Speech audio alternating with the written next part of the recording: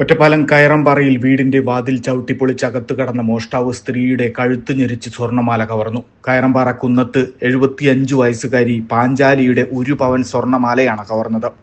കയറമ്പാറയിൽ railway ലൈനിനോട് ചേർന്ന വീട്ടിൽ പുലർച്ചെ 3-ഓടെയാണ് സംഭവം.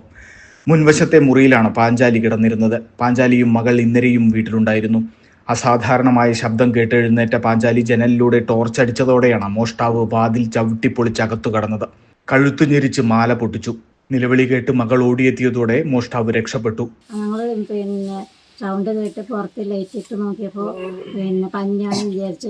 കുറച്ച് കഴിഞ്ഞപ്പോൾ ആള് വന്ന് ചവിട്ടി തുറന്ന് അമ്മയുടെ മാല പൊടിച്ചിട്ട് പോയി. രാവിലെ നോക്കുമ്പോൾ ഓട് പൊളിച്ചിരിക്കുന്നു.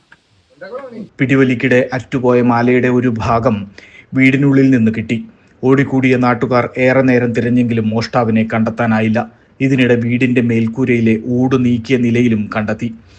വാതിൽ ചവിട്ടി തുറക്കും മുമ്പ് അകത്തു കടക്കാൻ ശ്രമിച്ചതിന്റെ ഭാഗമാണിതെന്ന് പോലീസ് കരുതുന്നു. ഒരു 3 മണിക്ക് എന്താ ശബ്ദം കേട്ടു. ഞങ്ങളപ്പോൾ കാട്ടുപന്നിയുടെ ശബ്ദമാണ് തൊടി കൂടെ എന്ന് വിചാരിച്ചു. എന്നിട്ട് ഞങ്ങൾ ലൈറ്റൊക്കെ ഇട്ട് പുറത്തും ലൈറ്റൊക്കെ ഇട്ട് നോക്കിയിരുന്നപ്പോൾ ഒന്നും കണ്ടില്ല. പിന്നെ കുറേ കഴിഞ്ഞ് നോക്കുമ്പോൾ ഒരാളുടെ നിഴലാട്ടം കണ്ടു. അയാളത് കാണലും വന്ന് വാതിൽ ചവിട്ടി പൊളിച്ച് ഉള്ളിൽ കയറി എൻ്റെ കഴുത്തിലത്തെ പൊട്ടിച്ചിട്ട് അയാൾ ഓടി. അതുണ്ടായി. Dot view news. കാഴ്ചകളാണ് ലോകം. കണ്ടു തുടങ്ങുക.